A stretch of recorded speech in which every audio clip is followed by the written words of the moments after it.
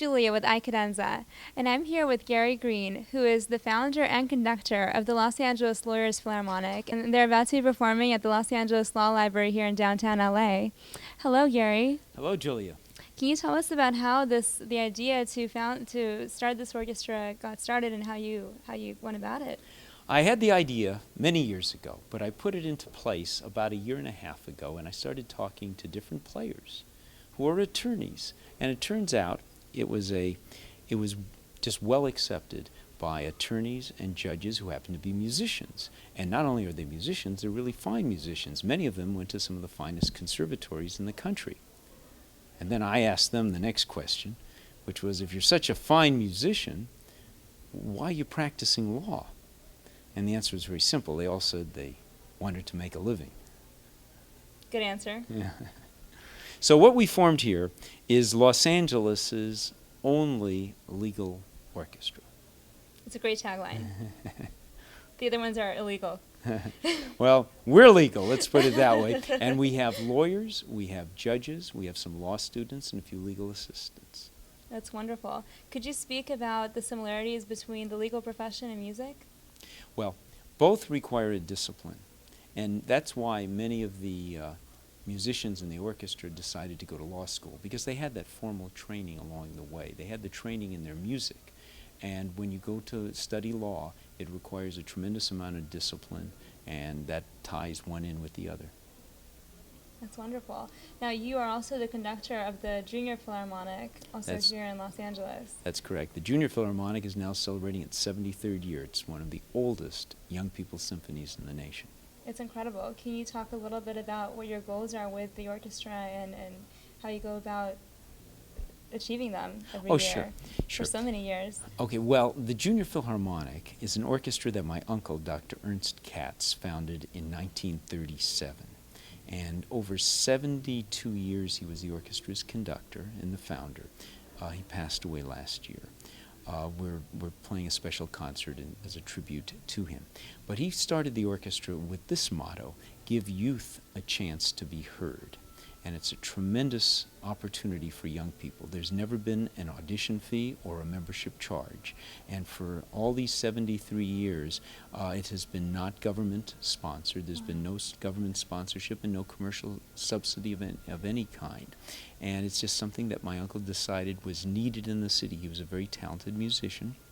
He was a pianist and a composer and a conductor. And he grew up at the time of the Great Depression, from 1929 into the 30s here in Southern California, when there was no opportunity for young people, and he gave them that opportunity. And to this day, many members who went through the Junior Philharmonic are members of major orchestras around the world and throughout the country, of course. And we have he left a great legacy to everybody. That's truly incredible. What a story. And you yourself, you were a violinist before you became a conductor, is that correct? Sure. How did you make the decision to go into law? Was it similar to your colleagues? Well, my decision may have been a little different. When I was young, I wanted to go into politics. So bearing that in mind, I thought law would be a terrific background. But music was second nature. I was brought up in a musical family. So everybody in the family played a musical instrument, just as if everybody else in every other family talks and whatever they do around the kitchen table, we played musical instruments. So that was a natural thing to do.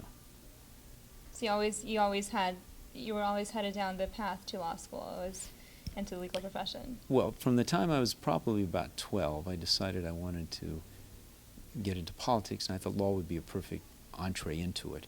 But somewhere along the way, I did throw my hat in the ring for a short time, but then decided I would practice law, and I have had a law practice since I was out of law school many years ago. And as an actively practicing attorney, how do you manage to juggle that and two orchestras? That's truly astounding.